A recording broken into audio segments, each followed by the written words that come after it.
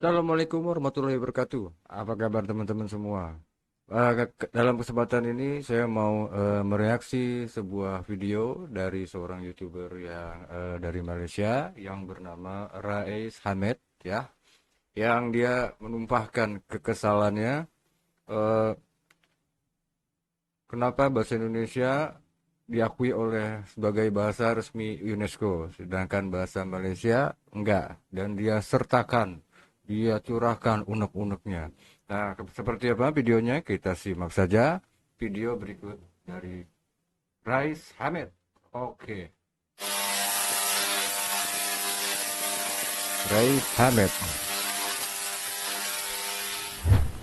Assalamualaikum. Salam sejahtera. Hai, Waalaikumsalam. apa hal korang? Selamat kembali ke dalam channel YouTube Rais Hamid Aris TV dan masih lagi bersama dengan YouTuber kegemaran rakyat Malaysia, Indonesia, Brunei, Singapura, Selatan, Thailand, Filipina, Rais Hamid. Apa hal Rais korang? Hamid. Check it out now. Ya, betul-betul. Let's go. Come on, yo. Bismillahirrahmanirrahim. Allahumma salli ala Muhammad wa ala ali Muhammad. Tekan butang subscribe. Tahniah kepada jiran kita Indonesia kerana baru-baru ini pada 20 November yang lalu bahasa Indonesia telah dijadikan bahasa rasmi dalam UNESCO selain daripada bahasa-bahasa macam bahasa Arab, bahasa Mandarin, Perancis, Sepanyol, Rusia, Hindi, Itali, Portugis dan juga bahasa Inggeris. Layaknya bahasa Indonesia ni dijadikan bahasa UNESCO tak dapat disangka lagi sebab bahasa Indonesia ni terdapat lebih 275 juta pentutur dan juga bahasa Indonesia ni telah dimasukkan dalam silibus sekolah dekat 52 buah negara selain daripada Indonesia dan sampai sekarang ni terdapat lebih kurang 150,000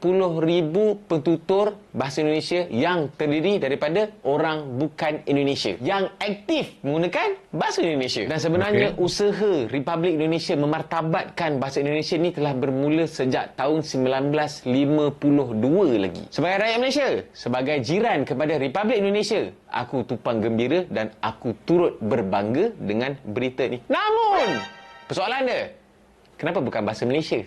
Tapi sayang. Why? Aku ada jumpa satu artikel yang menerangkan dari sudut beliau lah yang ditulis oleh Profesor Emeritus Tan Sri Zulkifli Abdul Razak, Rektor Universiti Islam Antarabangsa Malaysia. Apa yang profesor ni fikir dengan apa yang aku fikir sama. Dekat mana silap dia kenapa bahasa Malaysia yang tidak dijadikan bahasa rasmi UNESCO? Why? Koranglah punca dia. Tak kisahlah daripada yang duduk-duduk atas, menteri, bagai apa semua, sampailah dekat yang bawah-bawah. Daripada kalangan pemimpin, kau tengok dekat parlimen tu, berapa kerat je yang boleh cakap bahasa Malaysia elok-elok. Yang mana yang Melayu tu, Melayu lah. Tapi yang bukan bangsa Melayu ni, supaya bagi kemaluan kepada satu pengajaran pada budak-budak lain. Rakyat telah mula hidup di sebuah negara yang terpuluh-puluh. sebenarnya ada je segelintir lah, sangat-sangat sedikit bilangan dia daripada kalangan pemimpin dan orang-orang ternama ni yang bukan berbangsa Melayu. Boleh je cakap bahasa Melayu elok-elok. Contohnya, Wee Ka Siong. Lagi, Anthony Locke. Profesor Datuk Dr. Teo Kok Siong. Lagi satu, Tan Sri Lee Lam Tai. Diorang cakap Melayu kadang-kadang lagi bagus daripada orang Melayu tu sendiri. Lepas tu baru-baru ni kan ada content creator yang berbangsa India tu. Yang orang sendiri terkejut. Ui, dia cakap Melayu memang macam orang Melayu lah. Tak kisahlah kau ni India ke, Cina ke, Melayu ke. Bahasa Malaysia tu kan bahasa rasmi. Yang Melayu, tak payah nak galak sangat lah. Korang pun bila jumpa Melayu dengan Melayu, borak-borak kadang-kadang aku cucuk dia dengar kan.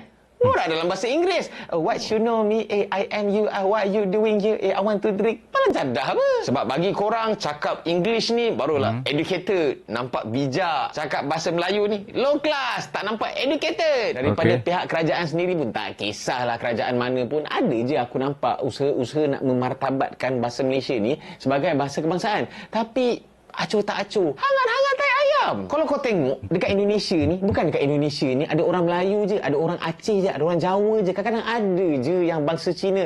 Tapi bila diorang buka mulut, cakap bahasa Indonesia je, memang tak ada bunyi bunyi macam Cina sikit ke, bunyi macam India sikit ke. Memang bunyi bahasa Indonesia, memang itulah bunyi dia. Jadi dalam isu ni, rakyat Malaysia, kau tak payah nak petikai. Kenapa bahasa Indonesia diangkat menjadi bahasa rasmi UNESCO? Yang pemimpin tak payah nak salahkan rakyat. Yang rakyat tak payah nak salahkan pemimpin. Semua salah. Termasuklah juga aku yang buat video YouTube dalam bahasa Malaysia ni pun ada orang bagi cadangan. Buat dah dalam bahasa Inggeris. Weh, aku buat buat untuk orang Malaysia dengar. Korang belajar sejarah kan? Korang lupa ke pada abad ke-7 ketika Malaysia ni, tanah Melayu ni dijadikan pusat perdagangan antarabangsa. Siapa nak datang tanah Melayu ni, kau kena belajar bahasa Melayu tau. Tak kisahlah siapa yang berdagang tu, daripada British ke, Spanyol ke, siapa-siapa pun nak datang kena cakap bahasa Melayu dan kena belajar. Tapi korang juga yang cakap, dekat Jepun tu, kalau kau nak pergi sana, kau kena belajar bahasa dorang tau. Dekat Korea pun,